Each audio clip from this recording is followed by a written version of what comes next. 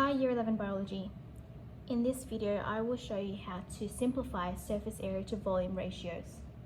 Please go ahead and pause the video so you can copy down this table of results in your books.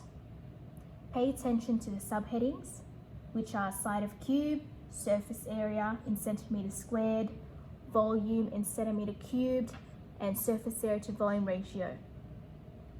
When you're ready, copy down what I'm writing on my piece of paper. Okay, so the title is Simplifying Surface Area to Volume Ratios.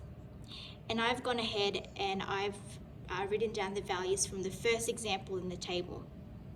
So in the first example, the side of the cube is 0.1 centimeters. The surface area is 0.06 centimeters squared. The volume is 0.001 centimeter cubed. And therefore the surface area to volume ratio, this is what we're interested in our syllabus, is 0.06 to 0.001. And the ratio, how you write it, is surface area first and then volume. Now, if you have a look at this ratio, girls, it's very ugly, it's very messy, and it's in decimal points.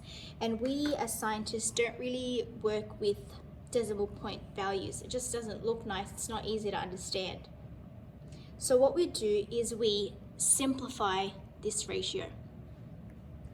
How do we do that? We must observe, step 1, which value is the smallest.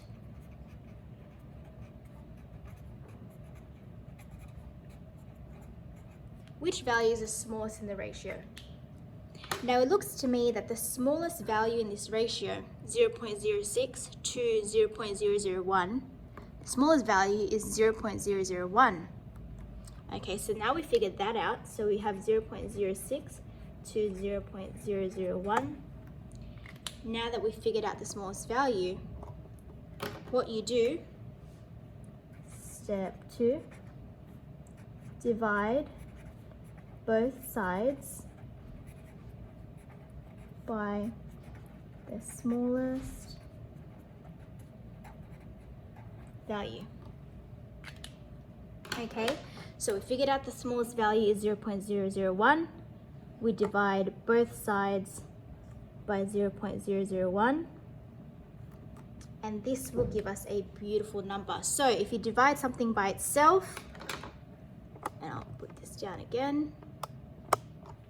If you divide something by itself, I'll put the ratio down here, it becomes 1.